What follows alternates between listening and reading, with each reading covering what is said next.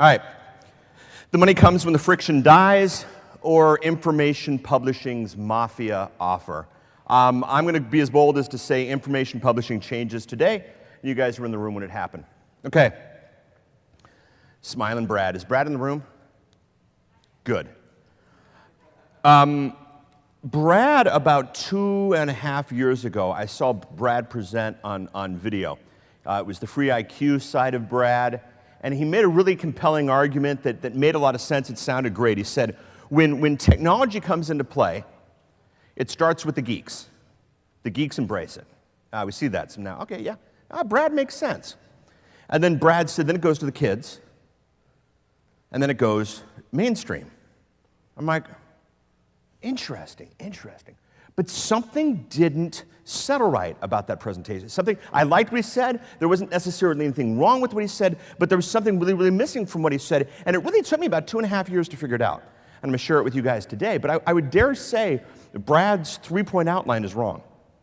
Okay, I'm going to suggest to you that Brad needs a 4-point outline. And we'll be chatting about that today. Sorry, Brad, glad you weren't in the room to see that. Twitter was down. Anybody notice that last couple of days? Why Twitter being down is on CNN. Well, Google's gone down before, not on CNN. YouTube's gone down before, not on CNN. Why Twitter gets on CNN? What? It's quick, it's easy. Yeah, but Google's quick. YouTube's quick. Popularity, there are more popular websites that have gone down that have not made the news like Twitter going down. Impact. Why the impact? Instant message. You see, the majority of the world doesn't access Twitter at twitter.com. This is the thing that a lot of people forget. Okay, the majority of the world accesses Twitter on TweetDeck, accesses Twitter on their cell phone, accesses Twitter on their iPhone, accesses Twitter a bunch of different ways. This was a communication pipeline, not a website that went down. And that's where the news, this is where everybody kind of missed the point on that one. Am I right, Deb? Ladies and gentlemen, Coach Deb, one of the greatest Twitters on the planet. Speaking of Twitter, stompernet SNL8 is our hashtag if you guys want to chat about this. We have set up a Twitter ID to follow this whole concept at Easy Media Direct. If you use the hashtag SNL8 and are following Easy Media Direct, you will be entered into a drawing. How about that, huh? That's an instant way to get new folk, and I can see Deb's going on there right now. We will pick one. The grand finale, the piece of tech we have at the end of this, we've got one of them for you picked randomly from this batch. So tweet away on this one. I think this stuff's really important. Okay, so today we're going to cover Web 2.0 has a fatal flaw. Okay, who thinks Web 2.0 is hot? Who thinks Web 2.0 is hot? A couple people in the back. Web 2.0 has a problem. Web 2.0 has a fatal flaw. We're going to be discussing that. We're going to challenge Brad's assumption of the way media is assumed. We're going to talk about information marketing, both what it is as an industry, as well as where it's going, and some of the things that we're seeing that are really, really important that we want to chat through. We're going to talk about friction and the role of friction in media delivery and some of the issues that are there that are really, really vital, because this stuff is just painstakingly important. And then finally, we're going to just talk about this whole idea, the concept of Easy Media Direct, and how it kind of changes the way we do things. Good so far? You don't really have a choice, but, I thought I'd bring it up. Okay, Web 2.0's fatal flaw. For those of you who have heard me discuss this, give me a minute or so. Web 1.0 is you on the internet on your terms. Your domain, your email address, your store, your website. In many cases, your blog. Okay? That was the Web 1.0 way, and that made sense, and there's a lot of people who made a lot of money in the Web 1.0 space, and the Web 1.0 space is not necessarily going to go away. But what has happened, despite what you might hear, Web 2.0 is not about bad spellings of domain names, okay? Web 2.0 is not about rounded curves and an artistic style. Web 2.0 is about you on the internet on your customers' terms. Okay, very, very different. Web 1.0 is you on the internet on your terms. Web 2.0 is you on the internet on your customers' terms. Okay, Paul, what does that mean? Well, the Twitter example that I gave you is perfect. Some people go to twitter.com. Who uses Twitter in the room? Okay, how many people use Twitter through twitter.com? Yeah, this many. Okay? Most people do it through iPhone applications or desktop applications or automated programs or these types of things because that's the power of Twitter. I ran the stats on my blog a couple of days ago. 8 out of every 9 people, 8 out of every 9 people, 8 out of every 9 people who read www.paulcolligan.com content don't read it at www.paulcolligan.com. Okay, because it's syndicated. They get on their terms. I've got people who get me on their feed reader. I got people who get me on their iPhone. I got people who get me by email.